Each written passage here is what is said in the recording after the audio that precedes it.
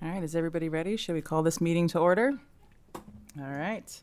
We'll call this meeting the Tuesday, May 3rd, 2025 Transportation Safety Commission meeting to order, and we will start with a roll call. Commissioner Marsalon, Present. Commissioner Edgerton, Present. Commissioner Griffith, Present. Commissioner Beaudry, Yes, ma'am. and we're missing, is this it? Shanti. Okay, so Commissioner Gonzalez and Commissioner Mueller. Gosh, thank you. All right, then next we have approval of the minutes from the March 11th, 2025 regular meeting. Any of the folks who were present? Okay. Yeah, anybody want to make a motion to approve or not the minutes? I'll make a motion to approve. You second? Either? I'll second. Cool. All right, all those in favor? Aye. Aye. Aye. And Philip's abstaining. All right, any opposed? Great. The minutes will be adopted. So next we have public comment. This section of the meeting provides the public an opportunity to address the commission on any subject not appearing on the agenda. Pursuant to the Brown Act, the Transportation Safety Commission cannot take action on any item that does not appear on the agenda. All commenters will have 3 minutes. Is there anybody here in person who would like to address the commission?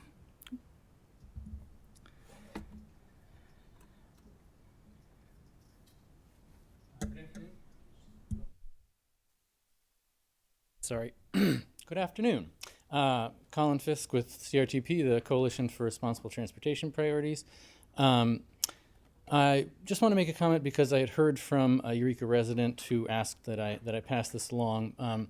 Some concern that when the Class 3 portion of the Beta Zoo Trail is completed, that might cause some drivers to divert to adjacent streets, and so a suggestion that the city start looking into traffic calming on nearby streets to prevent people from kind of speeding on other streets to avoid the Class 3 portions of the trail. I think, based on my review of research on sort of other capacity reduction projects, I think diversion is probably not going to be a huge issue, but if that is a concern, I would definitely encourage you to look at traffic calming on a neighborhood scale. Thanks. Thank you. Is there anybody else here in person who would like to comment on items that are not on the agenda? Welcome. Hello. I'm new to this speaking in front. I'm glad the group's so small. Thank you for giving me time to speak. My name is Shara Sarlette. I was at the last meeting. I've been a homeowner on Spring Street for going on 25 years now. And I'm not a bored little old lady without a life. We really have a serious problem on Spring. The speeding is really bad. And I know there's a lot of speeding in Eureka, but we have the Dayas Park opening in the ball field here this summer.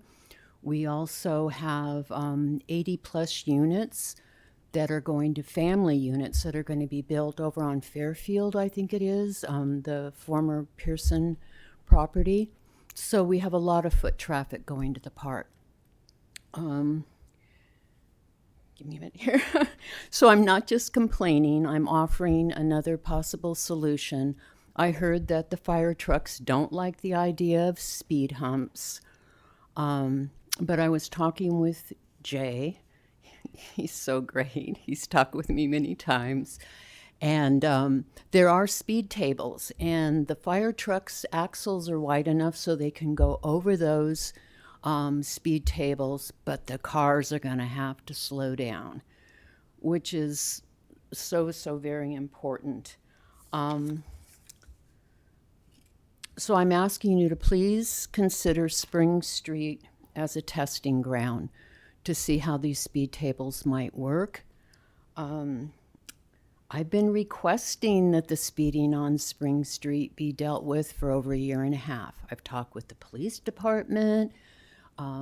3 different people as transportation engineers, and then I was told to come here and speak with you people.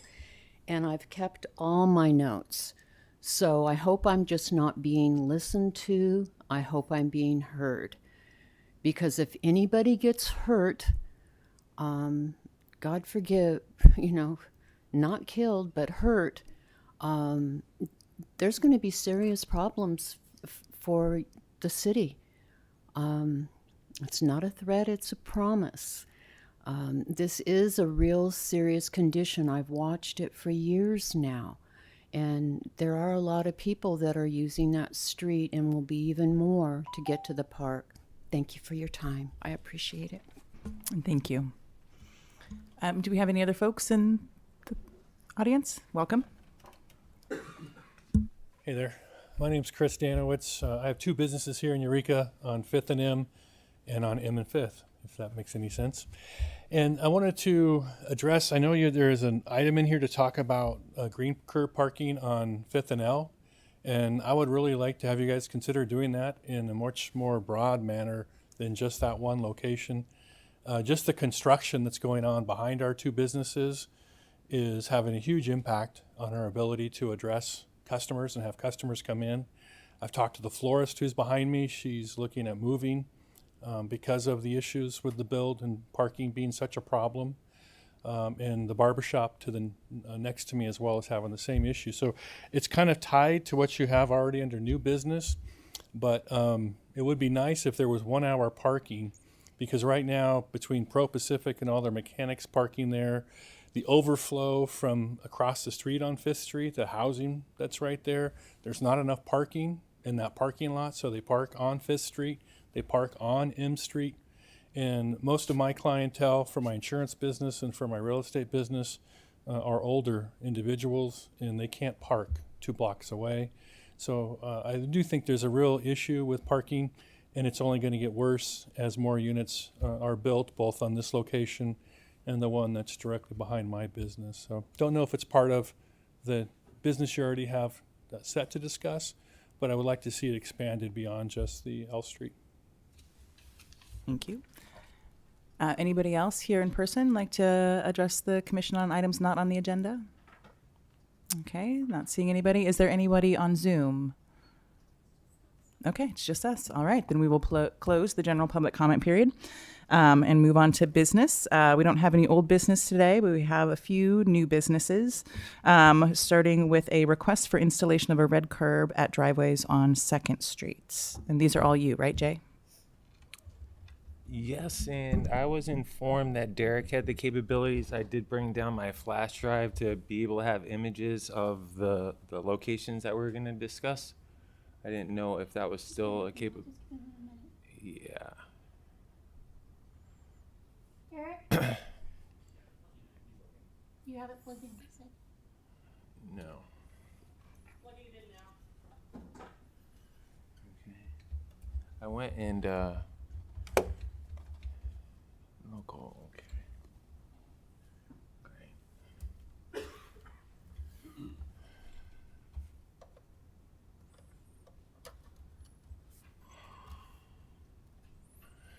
I went and saved it previously, but I'll just go from this route. I'm not sure the ones on there work. Yeah, Yeah, which one? if the ones on the screen don't work. Okay. Be on the bottom of the tower? Down on the front face? Yeah, let me see it. Let me see. There you go. You're in hiding. You have to really, really, really want to use it. Alright. First one.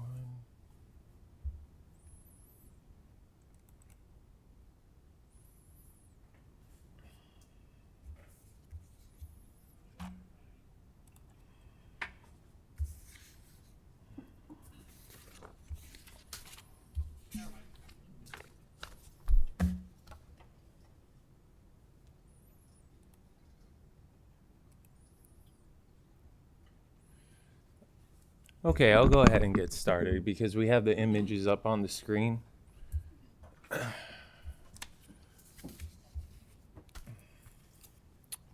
Oh, we can start with 2nd Street. Okay.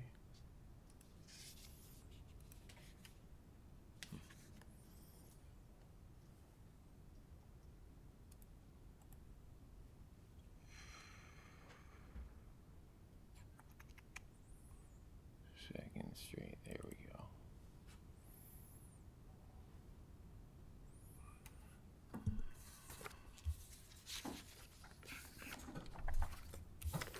Okay, so the first request that we have is for the installation of red curbs at the driveway locations on 2nd Street at 1519, 1507, and 1504.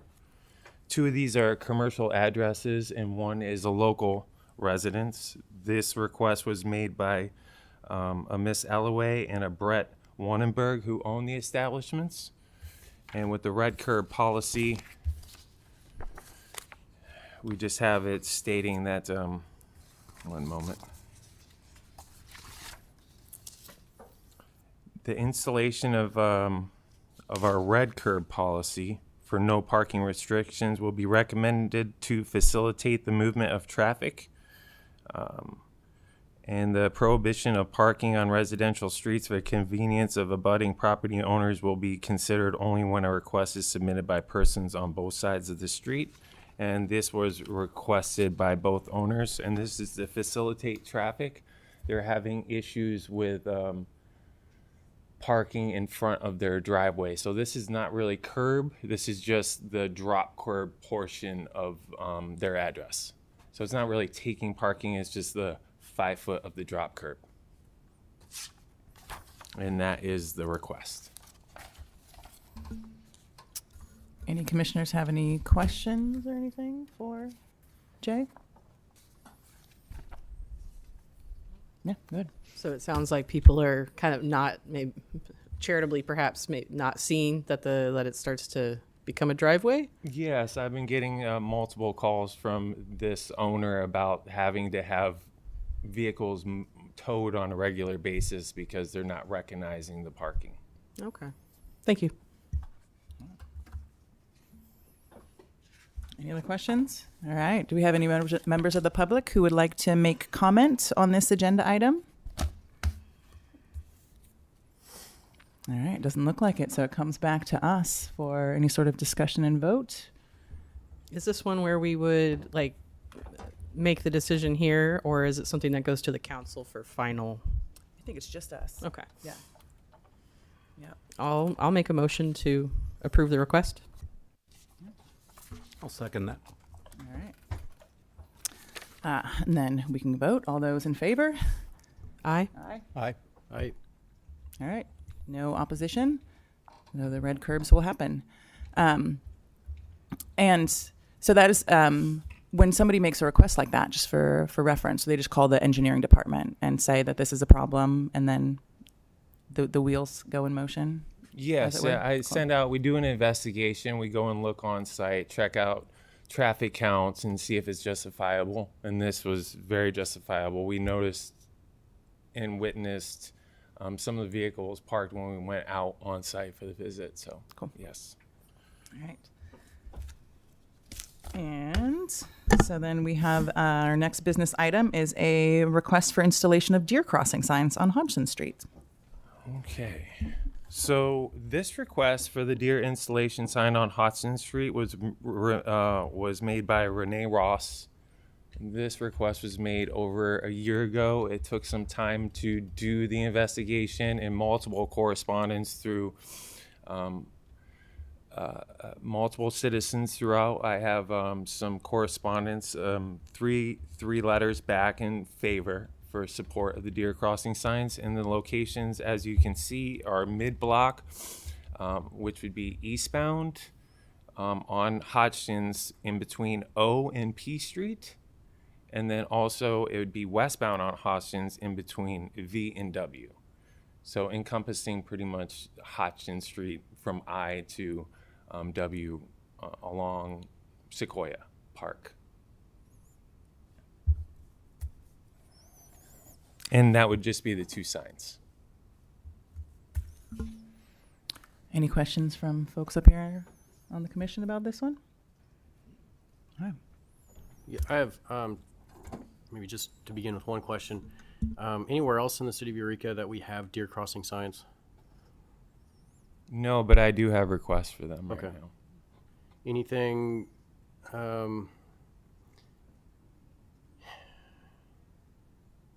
anything as far as deer encounters with vehicles or anything else that would,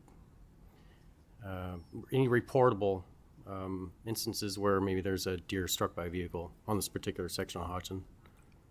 I don't have any traffic reports on that. And there'd have to be an injury involved for it to be a traffic report. So I don't have any collision reports, but I do have multiple correspondents who are citing deer family, and having real concern for vehicular travel and the deer passage. Yeah. Thank you, Jay.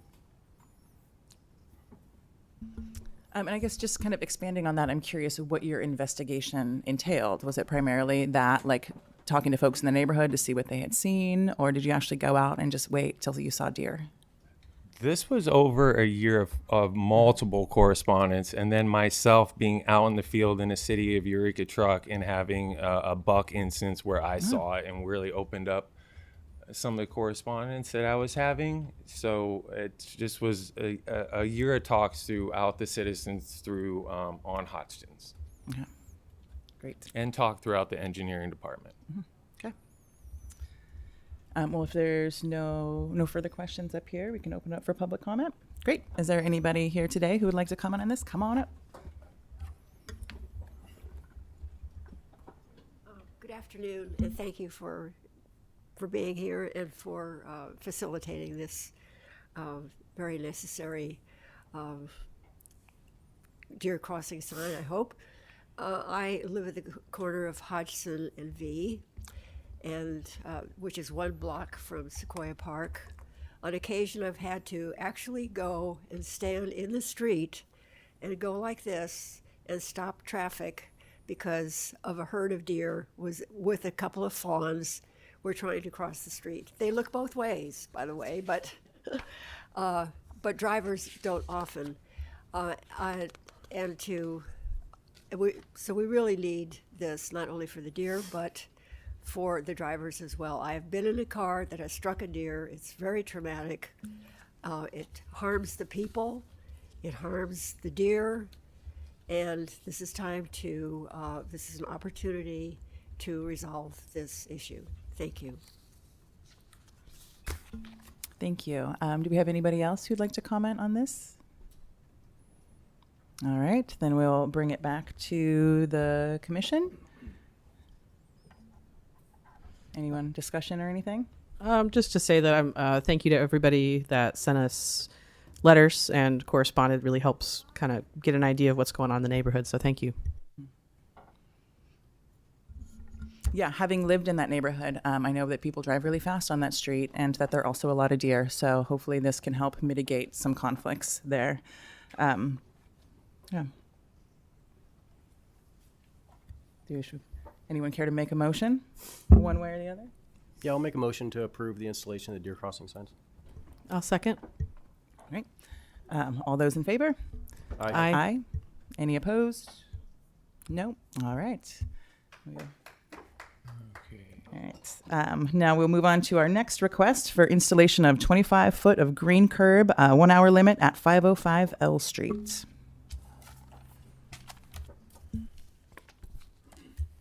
All right, so in February, I was contacted in the City of Eureka Engineering Department as well, was contacted to install a 25-foot green curb for short-term 1 hour parking at Manuela's, which would be 505 L Street. It's the City of Eureka has a on-street green curb policy, which was adopted back in 2003 with the Eureka Municipality Code under 72.027. The establishment of short-term limited parking restriction for a period of 1 hour will be considered when the requested location serves a public or commercial building where a need for short-term parking has been demonstrated.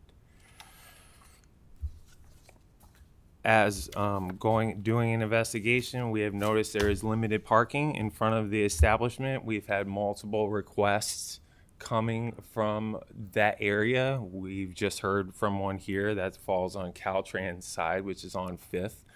But our investigation includes that there is a need for a turnover parking at that location. All right, any questions from the commission? I do, but if somebody else has a question, I'll let them go. Yeah, so it sounds like if we were interested in having green on the 5th Street side, that would have to be something Caltrans handled. Yes. Okay. And then my other question is, is across the street kind of the same situation, like parallel to where it is on that side, or was this kind of like the only section we looked at? This was the section that was requested. Okay. That was all. Will this be within the scope and ability and duties of the parking enforcement to be proactive and stay on top of this, just to make sure that, when we do have violations, that they're acted upon, and then hopefully we don't get any repeat violations, so it's consistent? Yes, it is consistent. We have a parking police officer right now that is very active and has been active the last year monitoring and enforcing our regulations. Thank you. Are there currently, is there a time limit in that location, or is it just open? There is no current time limit.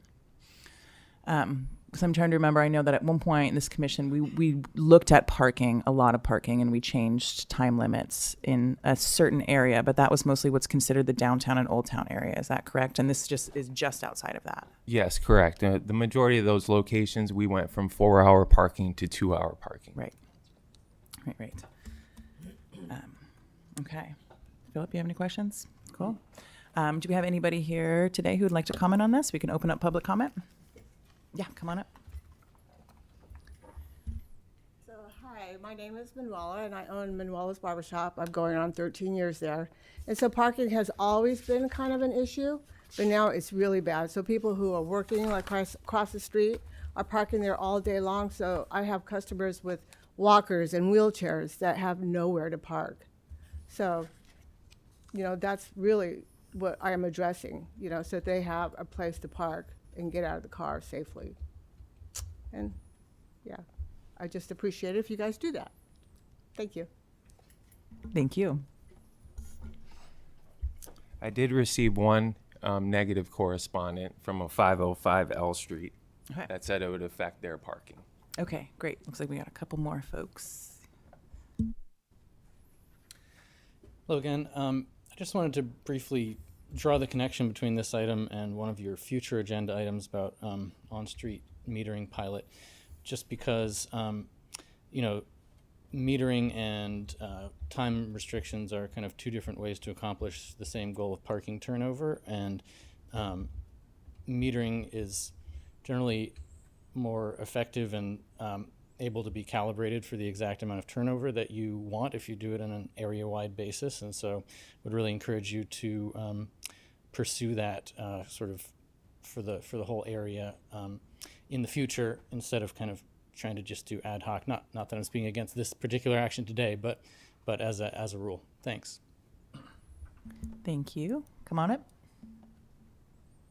Hi, thanks for letting me speak today. I would ask you to please not institute this measure for a few different reasons. First of all, it's sort of an artificially created crisis. I've done an informal survey since receiving this notice, and noticed that almost 20, throughout the entire day, there's at least 2 or 3 parking spaces either immediately in front of the applicant's office or within half a block on 5th Street. So I think that there's not a need for it, actually, although it would put stress on people like myself who work in the area who are already, constrained with Arkley shutting down the parking right in front of this building. I always see the same cars parking over there with me, and so it's just gonna put a little bit of strain on us, inconvenience, and it's just gonna run up people's parking tickets unnecessarily. There is parking around the area, and certainly. Even her own clients, I think that it could inconvenience if they have to be at her place for longer than an hour. When I get my hair done, sometimes it runs past an hour, and so then her own clients could potentially be ticketed. I think there's a lot of reasons why this is not a good idea. It's not good for our city generally, and it's just. It's like if we keep putting in more and more restrictions, then it sort of creates the context of we need even more restrictions. We need even more metering. Because people are feeling the crunch when it's sort of a self-created crisis. And I think, I just hope that we can back away from putting in unnecessary restrictions that inconvenience local workers, I'm just surprised that there's so many spaces there open all throughout the day, all the time. Why are we needing? Why is this request coming forward? I don't understand that, and I hear that there has been a survey officially that was done. I would question that. I don't know who did that survey or how official it was done. I'm sure it was professional or what, but to really dig into those numbers, because I really highly doubt that those that any survey would come up with a real need for this. So thanks so much for listening to me. Appreciate it. Thank you. Do we have anybody else? Okay. Sorry, me again. I know my business isn't adjacent to hers, it's at the opposite end. Is the microphone on? Couldn't hear you, so. Oh, green button? No. Oh, you may just be taller than the There, microphone. push. Yeah. Sorry about that, my apologies. But I can tell you that the parking has changed. So if we're considering what parking has been in the past, I would say we're being a little bit too narrow on what the situation is now on this side of City Hall and what it's going to be once this additional parking lot is now removed. We used to have parking available too on the side of our building, which is on the M Street side. And we're not asking for Caltrans to address 5th Street. It's really the M Street side of the parking. But since the construction zone has been put up, and that's not even counting anyone who's going to live there that's going to need parking as well, because no parking is, as far as I understand, is part of that construction. There is no parking. Parking is a problem no matter where you look along this area. And I would encourage anyone at any point in time during the course of a day to just take a meander around these areas, and especially as the one here in the back gets started, and look at how the impact has been. And I know that we need housing, and I know that housing can be a benefit in the downtown area, but we also need business. And if we can't have customers come to us, I have an insurance company and a real estate company, and if I can't have customers come into my office and sit with me and discuss their insurance, then they may as well have internet insurance. The little green cockroach can help them, because that's what they need and that's what they want. They're expecting that kind of service, and the parking impact is not allowing us to provide that level of service. Thank you. Any other public comment? Oh, everybody gets the same amount of time. So yeah, you got your time. Sorry about that. All right, then we will close public, and unless we have somebody miraculously joining us on Zoom. Looks like we don't. Okay. We will close it and bring it back to the commission for discussion. And I know I have a clarifying question. We're talking 25 feet here, so that's a standard parking space. Is that correct? Correct. Okay. So one parking spot. I have a question. We're being the request here is a 1 hour limit. Is how did we determine what the limit should be? I know we also do 2 and 4 hours. That's what was requested when I was discussing with the applicant.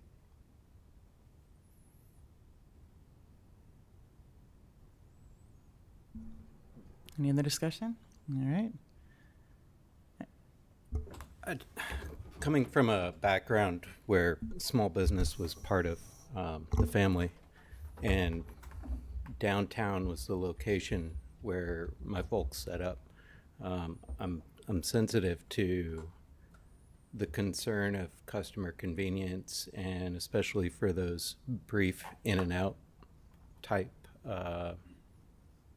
service jobs, to include 1-hour photo processing or haircuts or insurance appointments. So my inclination is to authorize this request, and I'll make a motion to move this forward. I'll second that motion to move forward, and I'd like to add that, and to your point, we do have an abatement issue with vehicles in this town. They're left abandoned, and if this can prevent that, and for our park enforcement and our police department be more proactive in addressing, parking violations, that could potentially prevent an abandoned vehicle that could take days, weeks, months to resolve. So I'll second the motion. All right, all of those in favor? Aye. Aye. Motion passes. And next we have a request for installation of school crossing signs on J Street near Eureka High School. OJ Street, yeah.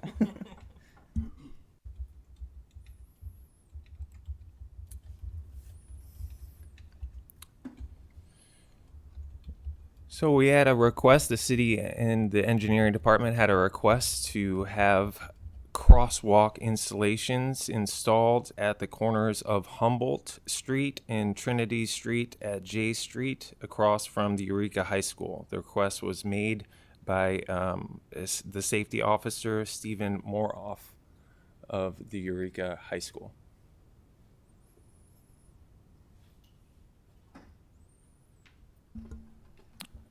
All right, and it looks like this must be Scott.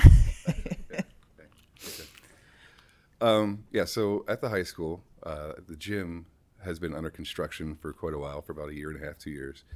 And during that time, we closed off J Street between Humboldt and Trinity, I think it is.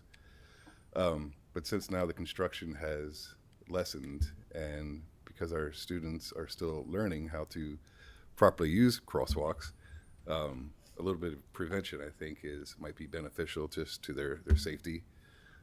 So hence the request for those 4 crosswalk signs. All right, anybody up here have any questions?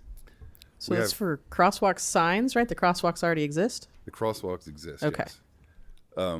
We have students that, let's see, on the left side, that building, those portables all the way on the left-hand side over by I Street, those are classrooms as well. So the students go back and forth between, the gym side and the district office side.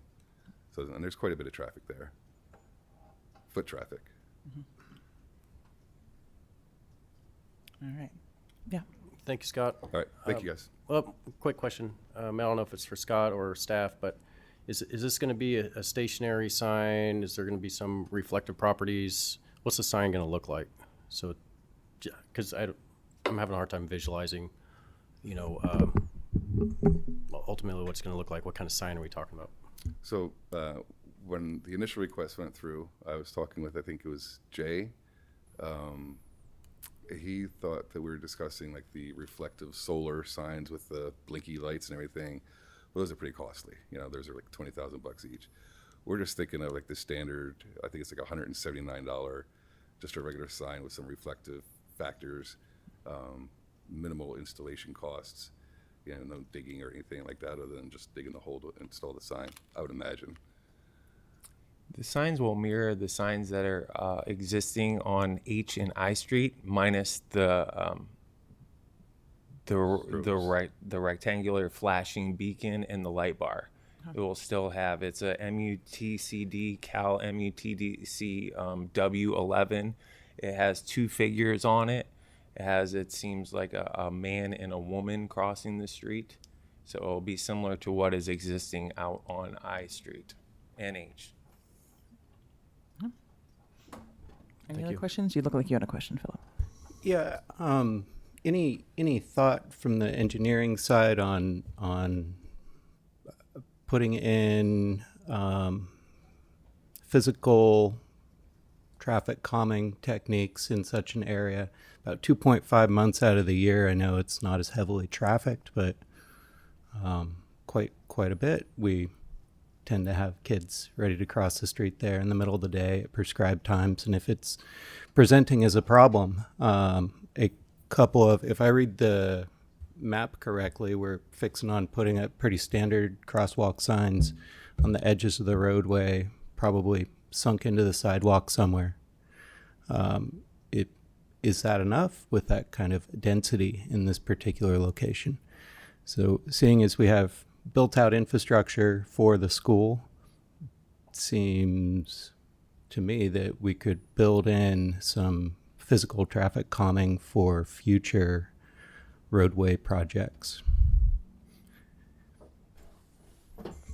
Yeah, so I think one thing that happened with the improvements at Eureka High was they did do curb extensions out on the gym side there. So those do sit out further into the roadway, similar to like a bulb out, so putting the pedestrian more in a position to see vehicles and also to be seen by vehicles. So on that side, that does exist. I think that's certainly something we could look at for future projects in this area. As far as like other physical things to include there. I think now as far as bringing attention back, this is something that can be pretty easily, installed and try to bring that attention now ahead of a project coming down in the next, 3 to 5 years. And you put in this request because you were concerned about child safety? Correct. Yeah, just trying to be proactive. Yeah. Mm-hmm. Well, thank you. Mm-hmm. Yeah. All right. Thank you. Thank you.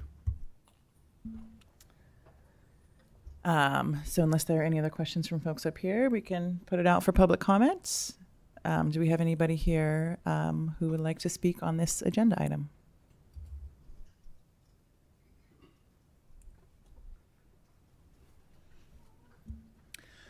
Hi. I just wanted to speak in favor of additional traffic calming measures in the future. There's things that probably can be done that are relatively inexpensive. Looking at the aerial view, it looks like they're just the standard horizontal crosswalks. Just doing a high visibility crosswalk might help. You can even, depending on the geometry of the street, you can sometimes even put the sign in the street, which improves visibility and yielding behavior. So just simple things might be possible. Thanks. Thank you. Anyone else? All right, then we'll close public comment, bring it back up here for any sort of comments and vote. I'll move to approve the request. I'll second. All right.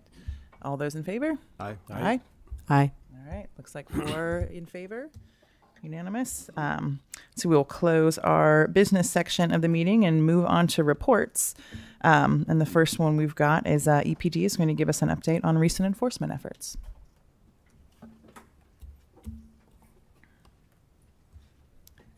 Welcome.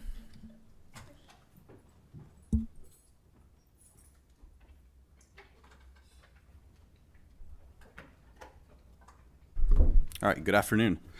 Commander LaFrance, I am the new patrol commander as of January of this year. Before that, I was the investigation special teams commander. So currently I oversee everything patrol related. So I'm going to give you a quick rundown of our traffic enforcement efforts for this year so far. There's some drastic changes we made from how we're approaching this compared to the past several years. So we look at traffic enforcement, right? What's our goal? So we want to change the community culture of driving behaviors to have the safe outcomes. I'm an outsider to California. I've been here for 18 years at EPD, but I've been to 47 states. I lived across the country, East Coast, Central, Midwest to California. Humboldt has challenges with driving, severe challenges. Eureka has challenges with driving behaviors. And so as a community, we have to change our behavior. You see it every single day. People speeding, it doesn't matter if you're on 4 wheels or two wheels or on 2 feet. We see behaviors that are poor choices, and it has very, very dire outcomes. So we want to change that. All right, so a couple different approaches we've taken this year is one, it's internally for officers within the patrol division and within all of our officers, is expectations that traffic enforcement is a priority for us. We have to do traffic enforcements.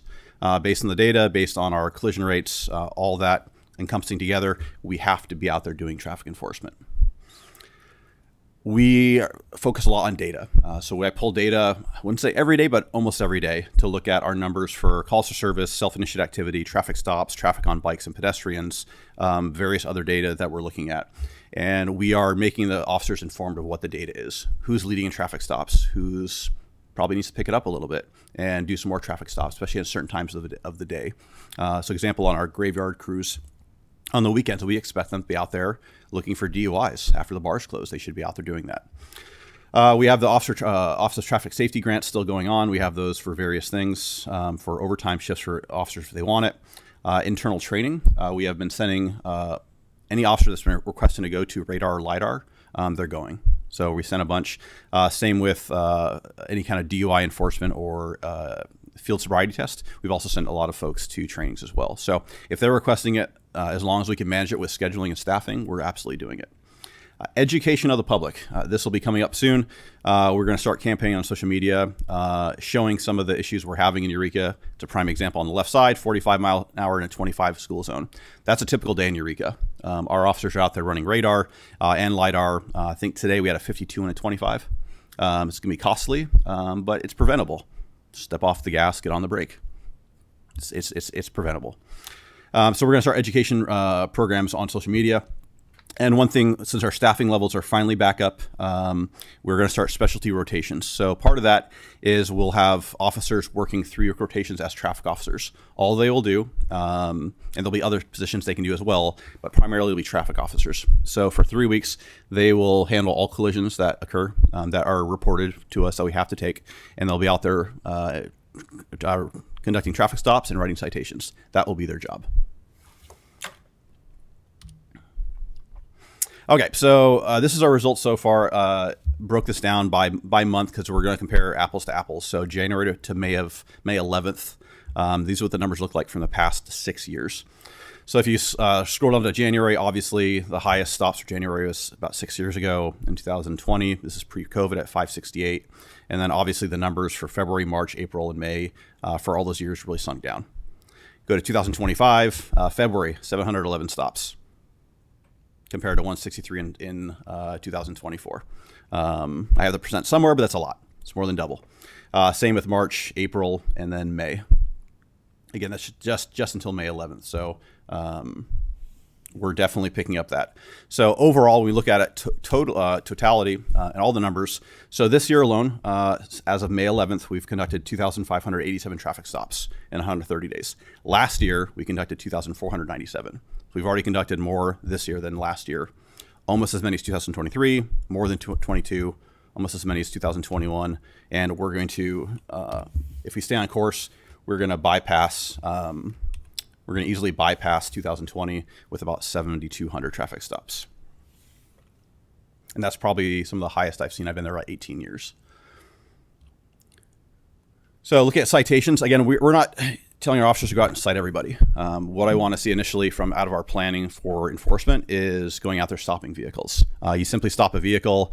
Even as a patrol commander in an unmarked, if I see a vehicle violation, people pass me in that thing all the time going very high rates of speed. Even though it's pretty obvious, it's a cop car, California exempt plates, giant antenna, black Tahoe. Pretty obvious. Apparently not so obvious. But we want the stops. Citations will come with that. But again, the priority right now is the stops. So we look at back in 2020, we had over 1,000 citations. That dipped down, of course, during the COVID years. Last year we did 417. 2025, we've already beat last year's totals with 421. And we're on course for about 1,100 or 1,200 citations for the year if we stay on course, which I think we will. We look at DUI arrests. Again, numbers dip down quite a bit. We're at 70 already through May 11th. We're on course for about 200. And then we look at collisions. So this year we've had 110 collisions so far, 18 DUI-related collisions. The good news is we're going to see a slight decrease in those. That's projection again, just with some cross multiplication. We're projecting it'll be a little bit less than last year.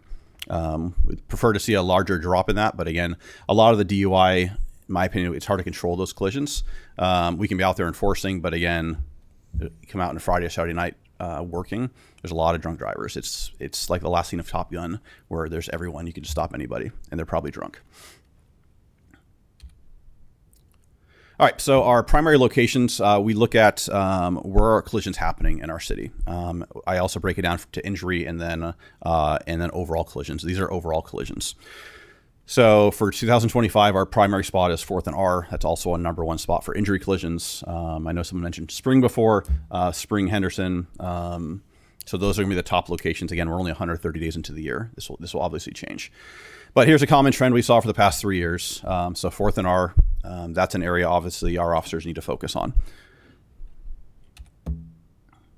So next location is going to be Harris, along Harris. That's one of my favorite routes when I can get out of the office and avoid meetings, is I'll jump on Harris, Henderson, roll that corridor, and it's pretty easy to pick off people that are speeding, making unsafe lane changes, pedestrians running across the road when they shouldn't, or in front of traffic, bicyclists going opposing towards traffic in the middle of the roadway.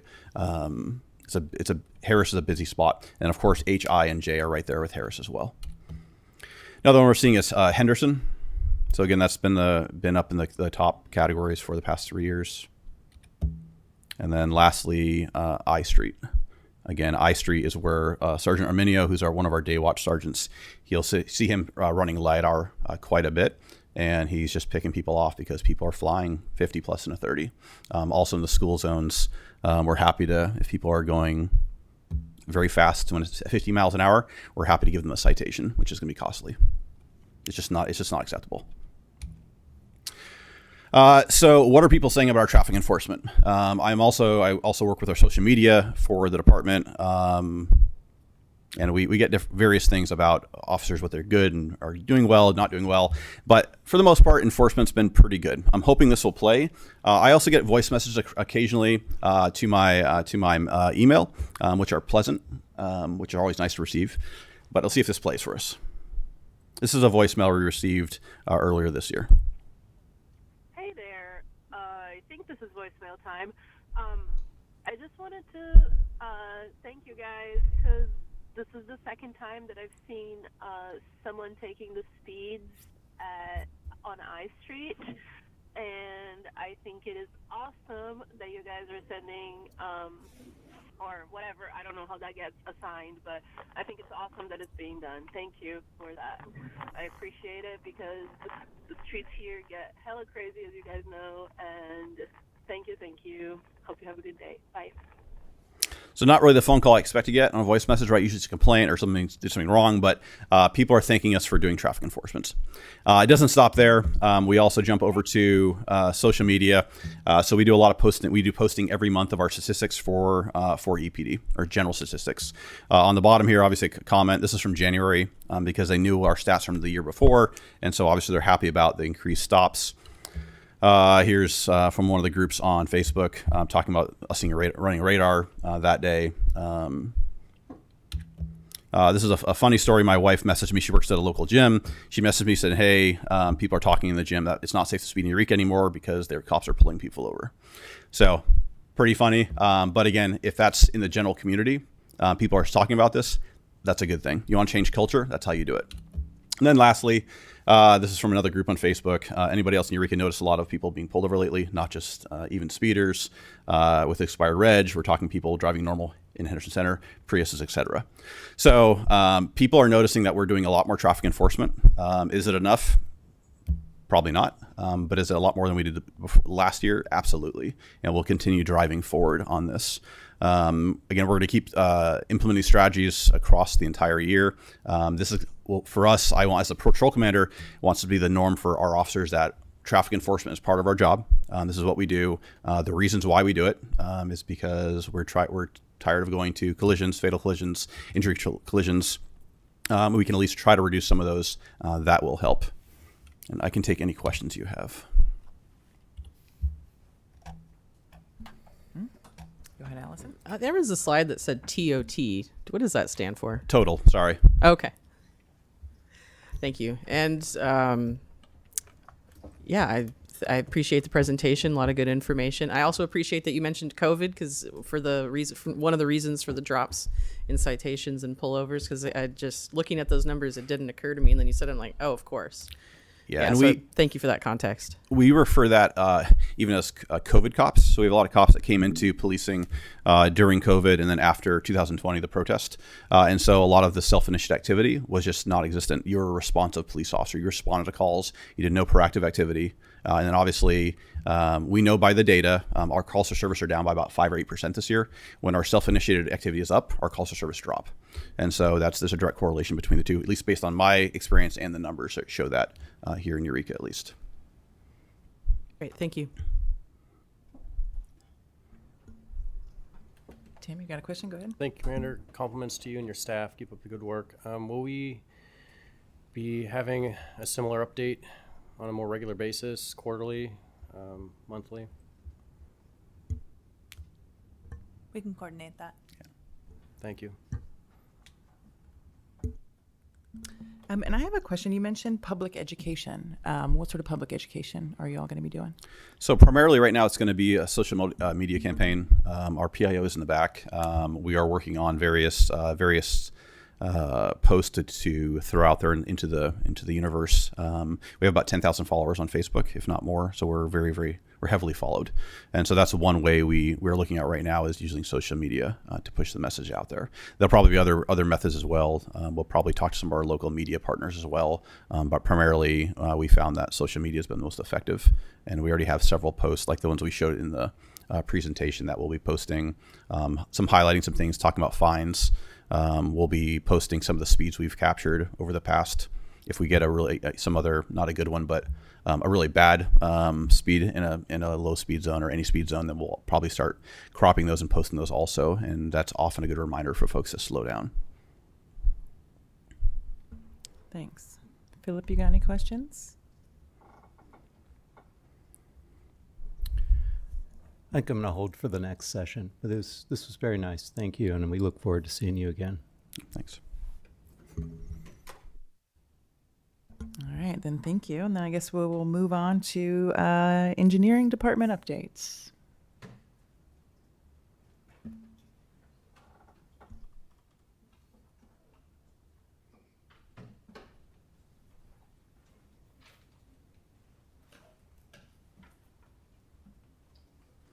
We don't have a lot to say.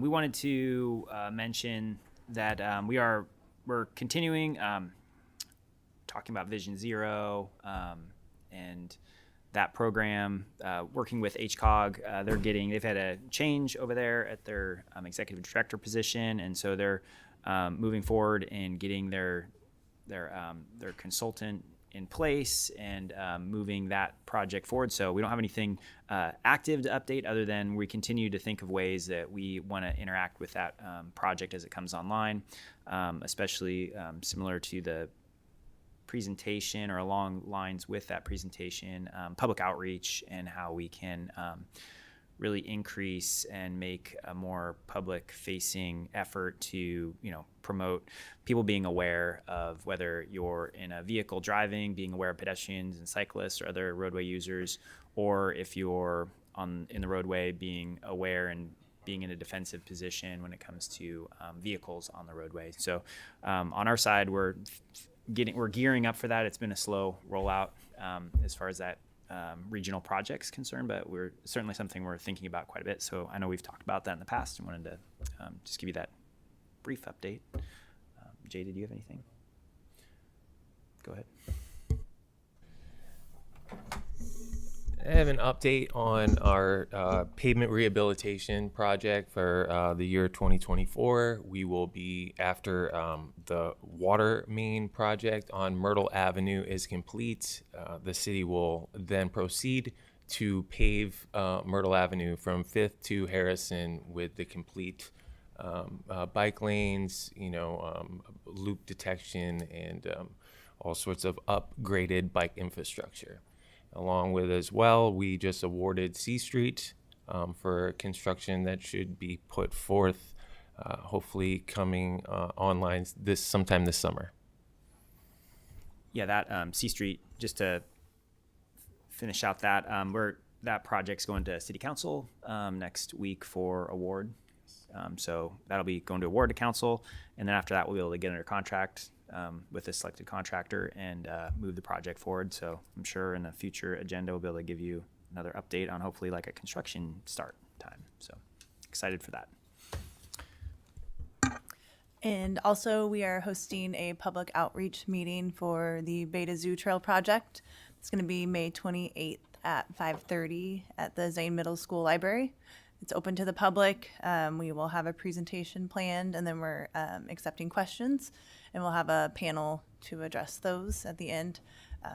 So with that being a transportation project, we invite anyone that wants to come and hope that you help spread the word. And I think that's it for our updates today. Okay. Great. Any questions from anybody? Okay. Cool. And then subcommittee updates. It looks like we currently just have one subcommittee. Yeah. Allison, if you have any updates on the We're street ready to closures? collect signatures. I was kind of out of town in April, handling some things, so I'm gonna try and connect with Shanti in the next week or so, see when we can. And plus, the weather's much nicer now to do that. So yeah, that's in progress. Cool. And I was thinking about kind of like what Commander LaFrance said, changing community culture, thinking about how we talked a lot about the public service announcements subcommittee. And I've just had, as a pedestrian, as a cyclist, as a driver, I've had a number of interactions recently that really have made me think, man, that could turn into a PSA really easily. Like, is there a way, like, and we talked before about starting that as a subcommittee. Do we need to have that agendized in order for that to happen? How could we do that to help, like, contribute to the, the work that you all are talking about doing?